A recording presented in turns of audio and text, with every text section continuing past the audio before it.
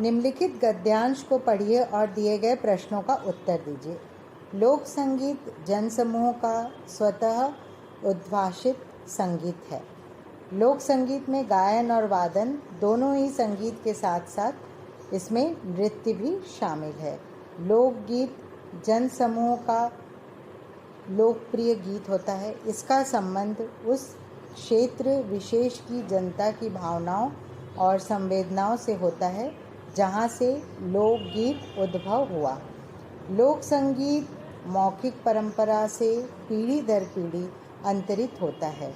कुछ लोक संगीत में राग ताल का प्रयोग किया जाता है और कुछ लोक संगीत में राग और ताल से अनभिज्ञ होते हैं और इसके साथ कुछ गीत राग पर आधारित भी होते हैं और जिसमें शास्त्रीय संगीत का अंगीकरण किया गया है, जबकि अन्य गीतों में गीत के कुछ अंश और कुछ अंशों में राग के कतिपय स्वर प्रदर्शित हो सकते हैं। लोक संगीत में ताल भी अलग अलग बोल और चलन के होते हैं, जो विशेष रूप से 6 मात्रा और 8 मात्रा वाले ताल यहाँ प्रयुक्त होते हैं। अब ये आपको लग रहा होगा कि अचानक मैं ये अनसीन पैसेज क्यों पढ़ रही हूँ। अनसीन पैसेज मैं इसलिए पढ़ रही हूँ क्योंकि 2023 में जो परफॉर्मिंग आर्ट्स वाला सेक्शन था उसमें पहला क्वेश्चन यही अनसीन पैसेज था और जिसमें आपको 4 क्वेश्चन दिए हुए हैं और उनके ऑप्शंस बिल्कुल उसी तरीके से दिए हुए हैं जैसे नेट के एग्ज़ाम्स में दिए होते हैं। और इनके ऑप्शंस इस प्रकार हैं: गायन वादन भोजन, गायन वादन फसल की कटाई, गायन वादन नृत्य, गायन वादन मंदिर का संगीत। अब इस तरह के क्वेश्चन 2024 में भी पूछे जाते हैं, एक डांस वाले सेक्शन में और एक परफॉर्मिंग आर्ट्स वाले सेक्शन में। तो सोच समझ के आप आंसर दीजिएगा और इस वीडियो को पूरा देखिए और अंत तक आप हमारे साथ जुड़े रहिए।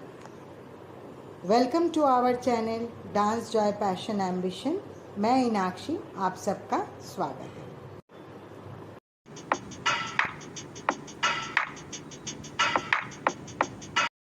परफॉर्मिंग आर्ट्स वाले सेक्शन की बात चल रही है, तो उसमें अब हम कुछ और वाद्य यंत्रों पे आ जाते हैं और उनके प्रसिद्ध कलाकार और गुरुओं का नाम आदरपूर्वक लेते हैं।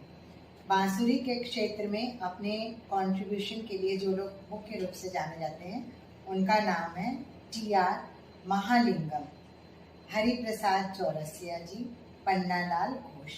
वायलिन के क्षेत्र में संगीत को उच्च कोटि तक पहुंचाने का श्रेय जिन कलाकारों को जाता है उनके नाम है गजानन राव जोशी, एम राजन मैम उस समय से हैं जब मैं स्कूल में पढ़ती थी और डिप्लोमा का कोर्स करने के लिए मैं फैकल्टी ऑफ परफॉर्मिंग आर्ट्स में थी।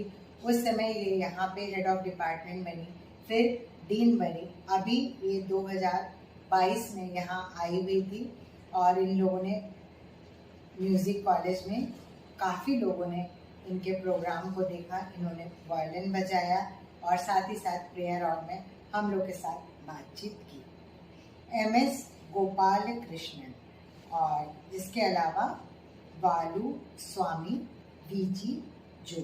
ये धीरे धीरे नाम मैं इसलिए पढ़ रही हूँ जिससे कि आपको कोई कंफ्यूजन ना हो। अब कोई जो म्यूज़िकल इंस्टीट्यूट है, फैकल्टी ऑफ परफॉर्मिंग आर्ट्स है, नेशनल स्कूल ऑफ ड्रामा है, इन सब में से कुछ के नाम हैं, उनके स्थापना वर्ष के बारे में बात होगी।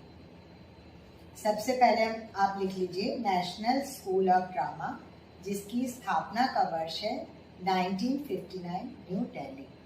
साहित्य अकादमी, ये भी न्यू दिल्ली में है, इसकी स्थापना का वर्ष है 1954।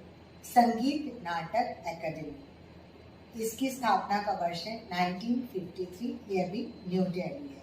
ललित कला अकादमी, इसकी स्थापना का वर्ष है 1954, यह भी न्यू दिल्ली में है।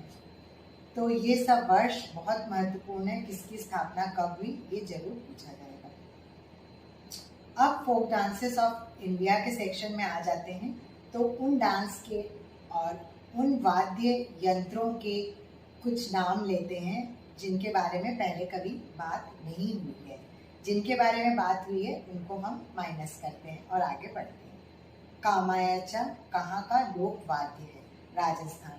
पूर्वी पंजाब के लोकगीत का क्या नाम है? जिंदुआ। मांझ कहाँ का लोक नृत्य है? मध्य प्रदेश। बिछुआ कहाँ का लोक नृत्य है? राजस्थान। पंथी का संबंध किस प्रदेश से है? मध्य प्रदेश। पंथी के साथ लोक नृत्य गायन कुछ भी नहीं लिखा है। पंथी एक फोक डांस है जिसमें ये कहा जाता है गुरुओं का नाम लेते हुए कि आप कर्म के पथ पर आगे बढ़ते हुए चलिए। उसी में नृत्य करते हुए लोग मनोरंजन के साथ इस डांस को परफॉर्म करते हैं। ये ग्रुप परफॉर्मेंस होता है। घोड़ी डांस कहाँ का है? हरियाणा का है। हरियाणा का धमाल भी है। गिद्दा कहाँ का लोक नृत्य है? पंजाब का। गिरजा देवी का संबंध किस शास्त्रीय गायन शैली से है? तो ध्रुपद गायन शैली से है। घूमर राजस्थान का लोक नृत्य है। लावणी महाराष्ट्र का है। ये तो कॉमन है, आई थिंक सबको पता होगा, फिर भी मैं एक बार रिपीट कर दे रही हूँ। हाँ, अब चले आते हैं नाट्यशास्त्र। नाट्यशास्त्र का ब्रीफ इंट्रोडक्शन आप लोगों ने अपने ऑप्शनल सब्जेक्ट 11th-12th में पढ़ा होगा, डिप्लोमा में भी पढ़ा है। साथ ही साथ अभिनय दर्पण का भी ब्रीफ इंट्रोडक्शन आप लोगों ने इसमें पढ़ा है। नाट्यशास्त्र के किस अध्याय में संगीत की जानकारी है? मतलब संगीत में सब कुछ आएगा। फिर से वही बात, वोकल इंस्ट्रूमेंटल डांस। तो 28 चैप्टर से लेके 33 तक, फ्रॉम 28 to 33, इसमें पूरे संगीत के बारे में मतलब काफ़ी डिटेल में जानकारी दी हुई है। तो जब भी आपका एडमिशन हो जाता है नाट्यशास्त्र भाग 1 आप खरीद लीजिएगा, उसमें ये सारी जानकारी आपको मिल जाएगी। किस वेद में सामगान को ऋतुओं से जोड़ा गया है? यजुर्वेद में। माई म्यूजिक माई लाइफ ये बुक किनके द्वारा लिखी गई है? पंडित रविशंकर के द्वारा। नाट्यशास्त्र के किस अध्याय में तालों का वर्णन है? 31 मतलब 31वें अध्याय में तालों का वर्णन किया गया।